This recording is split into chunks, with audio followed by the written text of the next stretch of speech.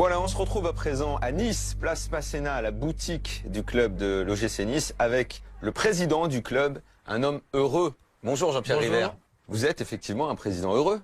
Tout va bien en ce moment, et depuis le début de la saison. Je suis heureux dans ma vie, déjà. Alors en plus, quand le football, ça se passe bien, c'est un plus, mais déjà dans ma vie, je suis un homme heureux. Et comment ça se passe quand dans la vie tout va bien, mais qu'on a connu des saisons plus compliquées? Parce que depuis que vous êtes à la tête du club, tout n'a pas toujours été rose non plus. Il y a eu des moments compliqués, effectivement, des moments difficiles. Ça se passe. Déjà, je relativise. Le football, pour moi, c'est une partie de ma vie. Donc j'essaye de relativiser quand ça va mal. Quand ça va bien, il faut relativiser de la même façon, parce qu'on sait très bien qu'on est en haut, puis qu'on peut vite se retrouver en bas. Ça va très vite dans le foot. Donc je reste toujours heureux et positif. Après, c'est vrai qu'on a eu des périodes délicates. Et là, on s'interroge de dire, mais qu'est-ce que je fais là-dedans, quoi? Je fais tout pour être heureux. Pourquoi je me complique la tâche? Après, voilà. C'est un challenge. On a le sentiment, comme ça, quand on vous voit évoluer, que vous êtes un président, justement, plutôt, comment dire, cool par rapport aux événements. Vous ne faites pas partie de ces présidents qui ont l'air très agités. Alors, je vais dire passionné, mais vous allez dire non, je suis passionné, très probablement. Mais en tout cas, vous ne l'affichez pas de la même manière. Vous avez l'air très détaché par rapport aux événements. Non, je ne suis pas un passionné et je ne suis pas non plus détaché. C'est-à-dire que les choses peuvent me toucher comme tout le monde. J'ai une sensibilité qui fait qu'on réagit aux choses. Vous cherchez à prendre du recul sur les événements. Oui. Après, vous savez, je dis toujours, le foot, on a une lourde responsabilité quand on est président parce qu'on se rend compte, et je le savais avant, mais pas à ce point-là, qu'un club de football, c'est un patrimoine d'une ville, de supporters, de gens qui sont très attachés à ce patrimoine. Donc il faut faire attention quand on manie un club de football. Qu'est-ce qui rend heureux un président? C'est finalement les résultats? C'est ça qui c'est pas les résultats. Ce qui rend heureux, il y a plusieurs choses. D'abord, c'est de voir... Bon, quand il y a des résultats, c'est le bonheur des gens. Parce que quand vous allez dans la rue, que les gens ont le sourire, que les enfants ont le sourire, que des gens sont heureux. Ça va, Nice, on a vécu quelque chose de très particulier cet été. Et chaque fois qu'on peut donner ne serait-ce que le temps d'un match, ou un après-match, ou un lendemain de match, du sourire aux gens, ça vous rend heureux. Si je vous demandais, depuis que vous êtes président, de me citer 3 moments ou 3 décisions de président importantes qui ont fait que le club en est là où il est aujourd'hui, depuis le début de votre présidence. Des moments dont vous êtes content, des décisions que vous avez prises. Décision concernant le choix des hommes et des femmes qui m'entourent, parce que moi je suis, comme vous le savez, un petit mi-temps. Et si l'OGC Nice a grandi et respecté les étapes, c'est grâce à ce travail collectif. Et ça, c'est grâce à la compétence que j'ai autour de moi, de gens de qualité. Il faut le boulot. Qui, par exemple, le choix de prendre Julien Fournier, qui est un homme de l'ombre, mais qui est la cheville ouvrière du club, par exemple? Qui est à mes côtés et qui est une pièce essentielle du dispositif. C'est-à-dire que si j'ai pas Julien, on n'en est pas là aujourd'hui. Quel est son rôle exactement? Puisqu'on n'en parle jamais, autant en dire un mot. Moi, j'en parle souvent. Oui, j'en parle souvent parce que c'est un homme qui a de la compétence en matière de football. On est sur la même longueur d'onde sur beaucoup de sujets. On peut de temps en temps avoir des désaccords, mais ils sont rares. Et surtout, on a la même vision des choses. Un projet, étape par étape, que l'on respecte. Quand ça va bien, on s'inflamme pas. Quand ça va mal, on tangue pas. Et un gros travail qui a été fait. Et puis après, il y a des décisions. C'est vrai que, par exemple, le choix des entraîneurs est important. Oui. Dans la construction de notre projet, c'est des pièces essentielles, que ce soit Claude Puel à l'époque, que ce soit Lucien Favre. L'arrivée de Claude Puel, le départ de Claude Puel, c'est des choix forts dans un club de football. C'est quoi finalement alors le projet et l'ambition à moyen long terme de Nice? C'est une position au classement, c'est être dans le top 5 pour les années à venir, c'est une façon de jouer, une identité niçoise, c'est tout à la fois? Je vais essayer de faire court, mais il y a 5 ans, on l'a écrit, c'était le beau jeu, les jeunes, garder un football populaire, faire en sorte de faire grandir ce club dans toutes ses composantes. On a eu de la chance, parce qu'il faut de la chance pour avoir un peu de réussite. Je dis toujours qu'on laboure, on sème et on récolte.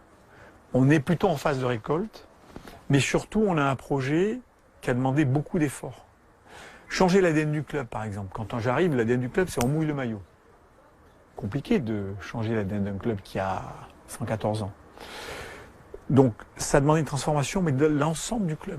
C'est-à-dire des tout petits aux grands, ça a été de dire, on arrête de recruter des grands costauds qui vont très vite, notamment chez les jeunes. On cherche l'intelligence de jeu, le talent, la technique. Après, le reste, on l'apprend et on le travaille.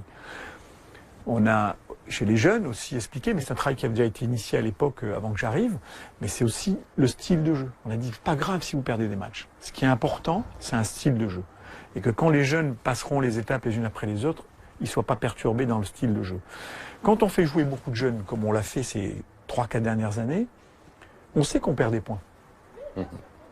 Qui comptent à la fin d'un classement. Parce que vous avez toujours l'obligation du résultat dans le football. Mais ces points perdus, on les gagne aujourd'hui. Donc c'est un travail qui est long, d'apprentissage, mais qui est obligatoire. Votre position au classement est encore bonne. Et évidemment, cette année, tout le monde vous a parlé à peu près 1000 fois du parcours de Leicester en Angleterre l'année dernière. Et évidemment, on a également fait référence au dernier champion avant le PSG, Montpellier. Je vous propose un deal. Vous signez pour être champion comme Leicester et Montpellier, mais pour faire la saison qu'ils ont fait ensuite, ou non? Il faut que vous preniez le package. Vous êtes champion, puis Non. derrière, vous luttez pour le maintien. Non. Ou vous n'êtes pas Non. champion et vous continuez d'être dans le haut. le Il n'y a haut. qu'une chose qui m'intéresse, c'est de continuer à progresser dans ce club. Alors, progresser, ça ne veut pas dire nécessairement, on a fini 4e, on va finir 3e, l'année d'après 2e, ainsi de suite. C'est pas ça la progression. La progression d'un club pour moi, c'est, on a le camp d'entraînement qui arrive en juin, c'est une révolution pour ce club. Ça fait 40 ans qu'on attend ce camp d'entraînement. Toute la structuration qu'on est en train de faire. Vous savez, l'OGC Nice, c'est une marque qui est connue localement, un peu nationalement et inconnue à l'international. En 4 mois, 3 mois, on a fait un travail colossal à Nazi. Aujourd'hui, notre taux de notoriété, alors je ne veux pas le dire parce que ça va faire prétentieux, mais il est au-delà de beaucoup de clubs français et de certains clubs qu'on ne peut pas imaginer. Expliquez-moi ce phénomène, parce que alors tous les présidents, le football français ne parle d'ailleurs pas que le football français, j'ai l'impression que tous les clubs en Europe ne parlent que de l'Asie, le marché asiatique. C'est quoi au juste et comment on fait pour conquérir ce marché qui, à vous entendre, tous les présidents ont l'impression qu'il est extensible à l'infini? Non, non, il n'est pas. Vous allez séduire qui en fait? Non, non, attendez, il n'est pas extensible à l'infini, d'une part. Simplement, c'est des marchés qui s'ouvrent. Si on prend des actionnaires chinois, c'est pas par hasard. La croissance, on parle de croissance, de progression. La croissance, elle passe par du travail sur le terrain et notamment dans ces territoires-là. La Chine, l'OGC Nice, inconnu. On a fait du travail sur place. C'est pas connu la Côte d'Azur en Chine? La Côte d'Azur, je parle de l'OGC Nice. C'est pour ça que je vous dis, il faut vraiment lier les deux. Mais je lis les deux. Moi, je lis les deux. Je lis en permanence notre club à notre ville et notre région. Parce que notre ville et notre région, c'est un formidable atout. Ben oui. C'est un atout pour notre club et on s'en sert bien évidemment. Donc ces marchés-là, c'est pas l'Eldorado. C'est pas parce qu'on ouvre la Chine qu'on va tout de suite. Non, mais par contre, on fait un travail de fond qui nous permet de gagner en notoriété de façon importante. On a des journalistes chinois qui sont venus en nombre, Oui, qui sont venus passer 3 jours ici. On leur a montré beaucoup de choses. Pour Nice Paris Saint-Germain, on a 100 chefs d'entreprise chinois qui viennent, dont une grosse partie du C'est Louvre. déjà réservé? C'est déjà booké tout ça, C'est évidemment. booké, Ouais. c'est organisé. Parce que l'objectif, c'est aussi, pour nous, par exemple en matière de sponsoring, si demain on a un sponsor qui vient, qui nous permet de... Pour croître, il faut des moyens financiers dans le football. Soit vous dépensez beaucoup d'argent en tant qu'actionnaire, ce qui n'est pas notre cas, soit vous essayez de trouver des ressources. Quel est votre rôle aujourd'hui, votre poids dans les réunions de la Ligue à Paris autour de Didier Quillot, du syndicat Première Ligue? Souvent, on ne sait même pas trop dans quel camp vous êtes, alors que les autres présidents se positionnent. Vous êtes. Moi, je suis dans le camp du football. C'est-à-dire, ce qui m'intéresse. Non, mais je vais vous le dire, mais c'est sérieux ce que je vous dis. C'est-à-dire que la difficulté quand on est président de club. Alors, j'ai peut-être un petit problème. Non, mais il y a des rivalités. J'ouvre un peu trop, peut-être ma gueule dans certaines réunions, peut-être. Ça commence peut-être à... Mais par exemple, quelles sont les réformes que vous aimeriez voir au niveau du football français dont vous parlez à la Ligue? Quelles sont les oppositions ou Ce qui est incroyable, c'est que, encore une fois, je reste sur nos atouts. On a des contraintes que j'ai évoquées tout à l'heure, on ne peut pas les bouger. En tout cas, on essaiera avec le temps de les bouger, mais pour l'instant, on ne peut pas les bouger. Mais on a plein de choses qui dépendent que de nous. Quoi, des par multitudes de détails. Et plein de choses. Quand vous avez un jeune aujourd'hui, vous avez un jeune, 17 ans, je prends Malansar, vous pouvez le faire signer 3 ans. Vous le faites jouer. Alors si vous êtes prudent, vous ne le faites pas jouer, parce qu'il va être exposé. 17 ans, il est exposé. 18 ans, 19 ans, vous avez déjà les gros clubs qui sont dessus. Pourquoi on ne peut pas les signer 5 ans? On se met des contraintes, des bâtons dans les roues permanents, mais une multitude de réformes. On est plusieurs présidents à avoir envie de faire bouger les choses. J'espère qu'elles vont bouger, mais c'est pas simple. Parce qu'il y a de vieilles habitudes, de vieux fonctionnements, Et ça, franchement, moi, ça commence à m'irriter profondément. Je mets sur le tapis comme ça deux, trois idées. Je sais pas, est-ce que vous seriez pour un championnat à 18, pour une nouvelle répartition des droits télé? Sur ce genre de dossier-là, vous avez des positions arrêtées? Vous savez, très arrêté. Quand je suis arrivé dans le football, la première chose que j'ai fait au bout d'une semaine, c'est regarder la répartition des droits télé. J'ai dit, bon là, il y a des gens assez malins qui ont monté des choses de telle façon que celui qui est premier, on aura du mal à le rattraper. Bon. Donc aujourd'hui, on a fait un petit peu bouger les lignes, mais elles rebougeront. Parce qu'à un moment donné, de l'injustice ou de l'inégalité, ça peut pas durer. C'est-à-dire, vous êtes pour une clé de répartition qui soit plus égalitaire? Bien sûr, différente. Et pas pour que certains clubs aient un peu plus parce qu'ils vont tirer les autres vers le haut? Vous avez aujourd'hui l'Europe qui vous rémunère plus. Donc si vous êtes européen, vous gagnez plus.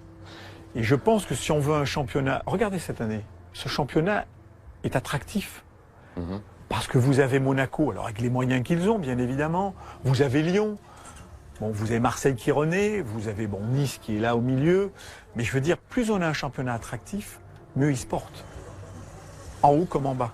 Vous êtes en opposition avec Jean-Michel Aulas alors sur ce point-là de la répartition? Ah, j'ai des points de vue que je partage Jean-Michel, mais j'ai pas mal de points de vue où je suis en opposition, oui. Oui, parce que je pense qu'il faut faire bouger les choses. On a beaucoup parlé de Nice avant même que la saison démarre et que vous soyez en tête du classement. Vous ne l'êtes plus maintenant, mais vous êtes quand même encore sur le podium. On n'est pas programmé pour être premier, je vous rassure. Je disais donc on a beaucoup parlé de Nice parce que vous avez attiré une vedette internationale. Et on disait à ce moment-là, bon, Balotelli vient à Nice, peut-être ce sera juste pour un an, il va se faire remarquer et puis il va relancer sa carrière. Sur cette deuxième partie de saison, j'ai pas l'impression qu'il va beaucoup se faire remarquer. Et si jamais il partait pas, il pourrait rester à Nice. Quelle est exactement la nature de son contrat et de son engagement avec vous? Mario est un joueur qu'on a pris pour une année. Encore une fois, on a fait un choix sportif. On avait besoin d'un attaquant. D'accord? Oui. Un attaquant moyen, ça coûte très cher. On n'avait pas les moyens d'acheter un attaquant moyen. En plus, vous le gardez 3-4 ans. Bon, Mario est un joueur avec tout ce que l'on connaît de son histoire. Moi, j'ai trouvé son parcours intéressant. C'est la première fois que je me documente autant sur quelqu'un. Et quand je l'ai vu, j'ai dit, mais c'est un bon gars. C'est pas un mauvais garçon. Il est très médiatique, et ainsi de suite. Il est en difficulté dans son club. Deux problèmes. Un, le faire venir, lui, qu'il accepte. Ça a été une rencontre de 4h30. À la fin, j'ai dit, moi, j'ai envie que tu viennes. Il m'a dit, je viens. C'est facile, je vous assure, c'est pas facile. Et après, il y a un deuxième point, c'est l'aspect financier. Mario Balotelli, pour que Liverpool nous lâche pour 0 €, il a fallu batailler des semaines jusqu'au dernier jour pour y arriver. Le risque, il est quoi? Mario était pas bon. Bon, pour un risque financier, on n'en a pas pris. Parce qu'on avait la capacité budgétaire de le faire. Il est moyen. Il vous met 10 buts dans la saison. C'est bingo. Et s'il est très bon, c'est encore mieux. Après, en fin de saison, il reste pas, on verra. Quand vous avez un club sans moyens, comme le nôtre, vous n'avez pas les moyens d'acheter ces joueurs-là. Je prends Depay. Depay, c'est un joueur en difficulté. Ça, vous avez bien fait de pas le prendre, en revanche. Attendez, c'est un joueur en difficulté. Vous le prenez en prêt, il vous coûte rien, vous prenez le risque. Après, faire ce qu'a fait Jean-Michel, je lui souhaite que ça réussisse. Mais c'est un gros investissement sur un joueur en difficulté. Or, pour moi, un joueur en difficulté, il ne faut pas le payer. Enfin, vous lui payez son salaire, mais vous ne lui payez pas le reste. On n'a pas les moyens financiers aujourd'hui de prendre ce genre de risque. Donc Mario, on verra bien. Si en début de saison, on me dit Mario met 9 buts, je signe tout de suite. Lucien Favre n'a pas obligation de le mettre titulaire. Parce que des fois, quand on le voit, surtout en ce moment, on se dit pourrait presque être sur le banc ou sortir. C'est quand on prend Mario, chez nous, il n'y a pas de recrutement de président. Je m'amuse de temps en temps sur des dossiers comme cela parce que c'est sympa à faire, c'est assez amusant. Mais à part ça, c'est un truc collégial. Avant de prendre Mario, il a vu le coach pendant 1 heure. Je rends pas service au coach en lui mettant Mario. Je le sais d'avance. Pourquoi? Parce que c'est un joueur emblématique, très médiatisé, qui pèse lourd. Qui a échoué partout. Et le coach, il dit, mais pourquoi moi, je vais réussir? C'est difficile comme tâche. C'est plus facile d'avoir un groupe à gérer différemment. Mais on n'a pas d'attaquant. On est à 4-5 jours de la fin du mercato, ou des attaquants très moyens pour moi. Donc on prend ce risque. Finalement, vous avez l'air d'être très heureux. Je le disais au début de l'interview en tant que président de Nice. À chaque fois, on croit entendre, peut-être on se trompe que vous devez partir, mais vous allez rester. Alors, quand je suis arrivé dans le football, j'ai dit je vais rester, je crois, 5 ans. Et j'avais dit, au bout de 5 ans, je trouverai un investisseur qui prendra le relais. 5 ans sont arrivés. J'ai eu de la chance, c'est pile poil. les investisseurs sont arrivés. Mais ils sont arrivés avec une exigence, c'est de dire vous restez 7 ans. Ah. Donc 7 ans, non. C'est beaucoup trop long pour moi. Et j'ai un engagement écrit, mais surtout moral.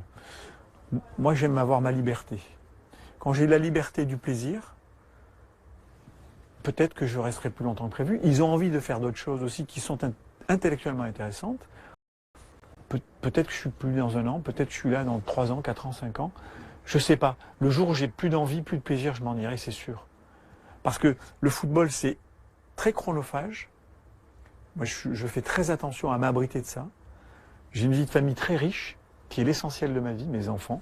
J'ai des grands et j'ai des enfants qui sont petits aussi, et je profite d'eux. J'ai une vie immobilière à côté pour m'amuser. Donc j'ai une vie, j'ai beaucoup de chance. Voilà, ma vie est une vie heureuse. Mais le jour où elle est plus heureuse, pour des raisons notamment footballistiques, je partirai du football. Ça, c'est sûr. Merci beaucoup Jean-Pierre Rider. Merci à vous. On va maintenant s'intéresser à